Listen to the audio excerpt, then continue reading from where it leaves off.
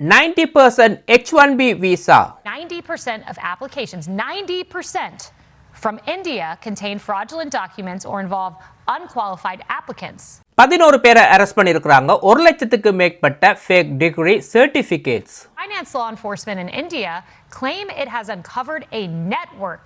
டெக்சாஸ்ல 2015ஆம் ஆண்டுல இருந்து குப்பையை கிளற ஆரம்பிச்சிட்டாங்க. ஒரு யூனிவர்சிட்டியில இருந்து மட்டும் 36,000 ஃபேக் டிகிரி சர்டிஃபிகேட்ஸ். எரியிற நெருப்புல இவங்க எண்ணெயை ஊத்துறாங்க.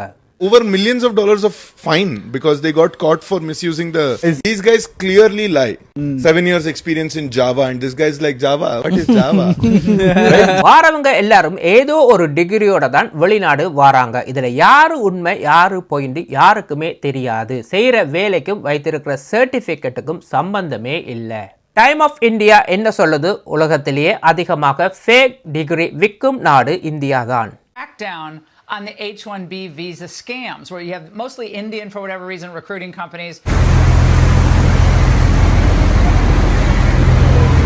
வணக்கம், எல்லாம் எப்படி இருக்கீங்க? கேரளாவில் 11 பேரை அரெஸ்ட் பண்ணியிருக்கிறாங்க. 1 லட்சத்துக்கு மேற்பட்ட ஃபேக் டிகிரி சர்டிஃபிகேட் எல்லாமே கைப்பற்றப்பட்டுள்ளது.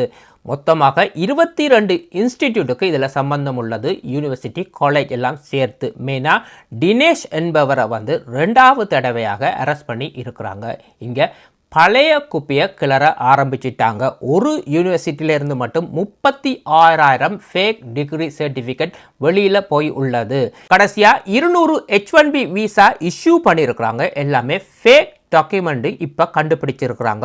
அப்படி பார்த்தா 90% மக்கள் 2015 இப்போ வரை H1B விசாவில் போன 90% மக்கள் ஃபேக் டிகிரி சர்டிஃபிகேட் மூலமாக தான் சென்றுள்ளனர். Over 70% came from India and nearly 12% from China. And when you zoom in on this map you're looking at, you can see where most are being hired.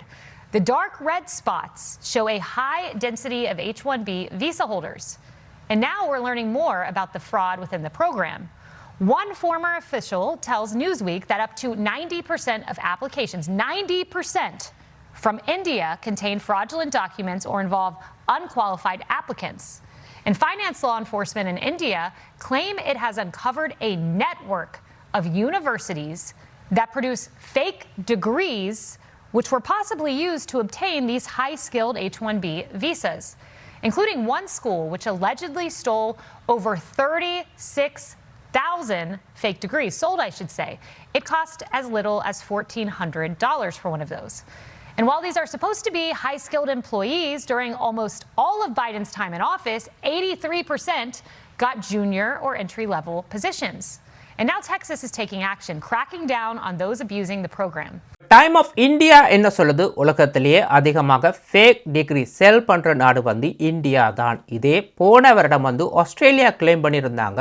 23,000 students இந்த fake டிகிரியை காசு கொடுத்து வாங்கி தான் இவங்க ஆஸ்திரேலியா வந்திருக்கிறாங்க என்று. ஆனால் இன்றைக்கி அமெரிக்கா கிளைம் பண்ணுறாங்க 90% H1B விசாவில் வந்தவங்க எல்லாருமே ஃபேக் டாக்குமெண்ட் மூலமாகத்தான் அமெரிக்காவுக்கு வந்திருக்கிறாங்கண்டு.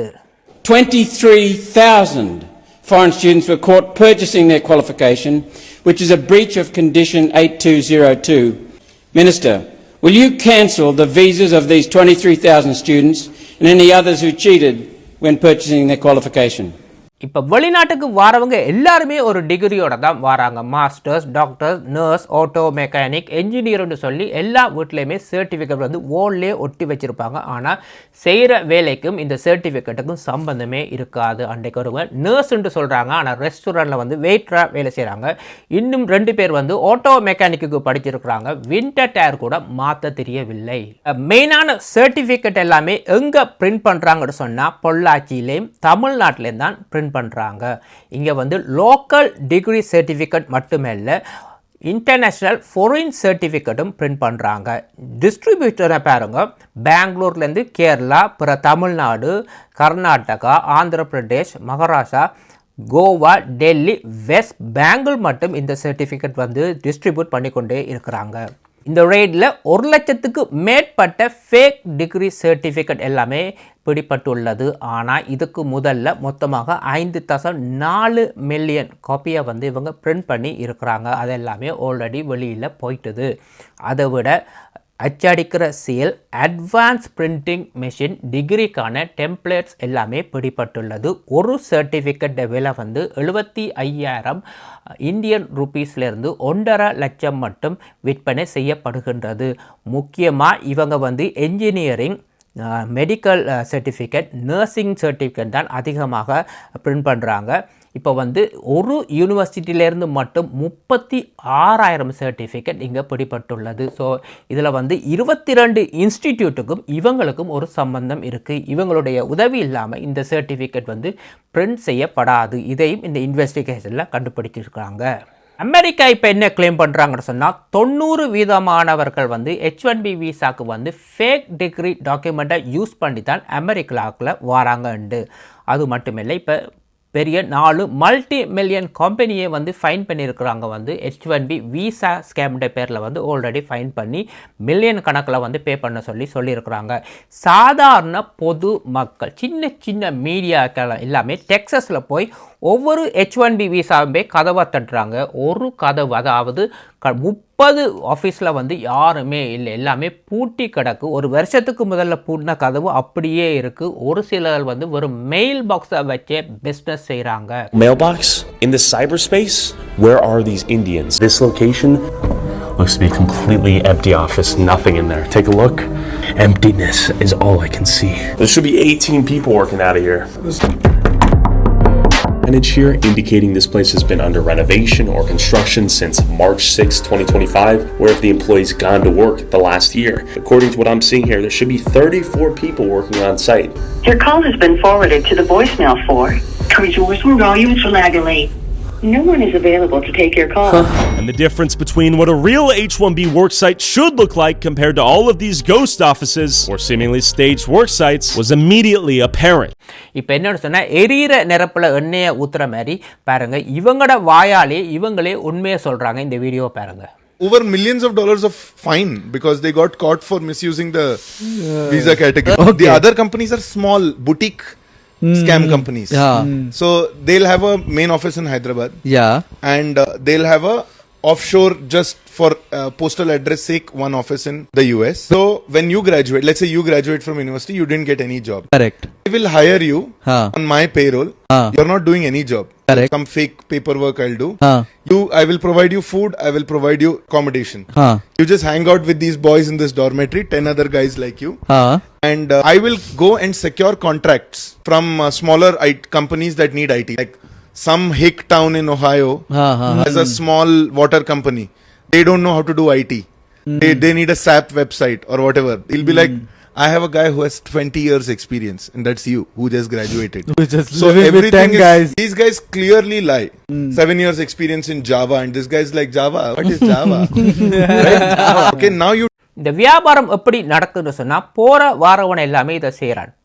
இந்த மாதிரி ஒரு ஆஃபீஸில் வந்து 4 சேரை வச்சுட்டு ஒரு $1,000 ரெண்ட்டில் வந்து ஒரு ஆஃபீஸை ரெண்ட் பண்ணிவிட்டு டெக் கம்பெனிஸில் போய் கான்ட்ராக்ட் எடுக்கிறது. உங்களுக்கு நாங்கள் வந்து ஐடி டெக் ஏதோ நாங்கள் டேட்டா பேஸில் ஏதாவது உங்களுக்கு அப்டேட் பண்ணி உங்களோட வேலையை நாங்கள் செய்து தருவோம் அப்படின்னு சொல்லி ஒரு கான்ட்ராக்டை எடுப்பாங்க.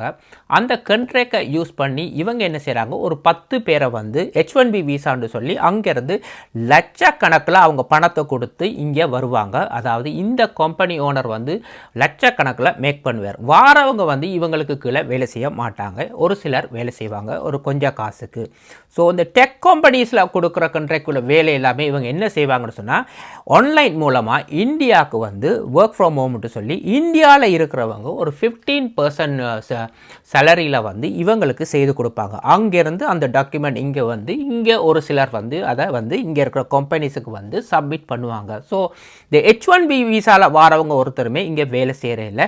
இவங்களுக்கு என்ன செய்வாங்கடா, சம்பளத்தை கொடுக்குற இல்லை, சாப்பாடையுமே ரூமையும் கொடுத்துருப்பாங்க. இவங்க என்ன செய்வாங்க, இங்கே வேலை இல்லாமல் இங்கே அது கேஸ் ஸ்டேஷனில் கைக்கு காசு இல்லாட்டி பான் விற்பாங்க இங்கே ரோடு வழியில், இல்லாட்டி எங்கேயாவது க்ரோசரியில் வந்து கை காசில் வேலை செய்வாங்க. இந்த மாதிரி எல்லாருமே செய்ய வழிகிட்டதால் இன்றைக்கி டெக்ஸஸில் வந்து ஒரு பெரிய பிரச்சனையாக இது பேசப்படுகின்றது. இப்போ அமெரிக்காவில் வந்து டெக்சஸ் நகரம் உண்டாவே H1B விசா ஸ்கேம்னு தான் இப்போ அழைக்கிறாங்க. இந்தியர்களுக்கு ஒரு பிரச்சனை என்று சொன்னால் அது டெக்சஸ் நகரமாக தான் இப்போ அமெரிக்காவில் இருக்கின்றது. இப்போ வந்து ஆல்ரெடி ஸ்கேம் நிறைய நடந்திருக்கு.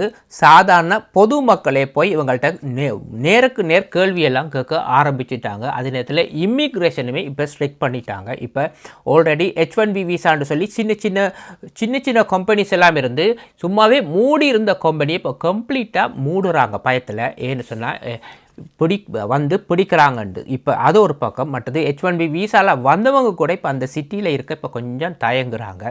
இப்போ அது மட்டும் இல்லை, ஆல்ரெடி அந்த சிட்டியில் வந்து கல்ச்சர் பாப்புலேஷன் கூடினாலுமே ப்ராப்பர்ட்டி வேல்யூ எல்லாமே நல்லா ஹையாக இருந்தது. இப்போ குறைஞ்சு கொண்டே போகுது. ப்ராப்பர்ட்டி வேல்யூ வந்து இப்போ குறைஞ்சு கொண்டே போகுது. இதுக்கு முக்கிய காரணம் வந்து H1B விசா ஸ்கேமை வந்து கிராக் பண்ணுறாங்க. அமெரிக்காவில் வந்து இப்போ தொடர்ந்து பிடிக்க ஆரம்பிச்சிட்டாங்க. Home prices in the Dallas-Fort Worth area are declining because there's more of a crackdown on the H-1B visa scams, where you have mostly Indian, for whatever reason, recruiting companies set up shop, and it's just a total scam. So prices of houses are going down. You know what I say? Good. Actually, Texans can afford houses. That's fantastic. That's no exactly problem right. With that. Yeah, no problem. You've got that suburban area north of Dallas and Plano. My wife grew up there. You know, a lot of great Texans, and they've been watching their state getting displaced by people getting imported in here for cheap labor. Now we're seeing some crackdown. We're seeing some, housing prices going down. Now we'll see the ability for Americans to get jobs.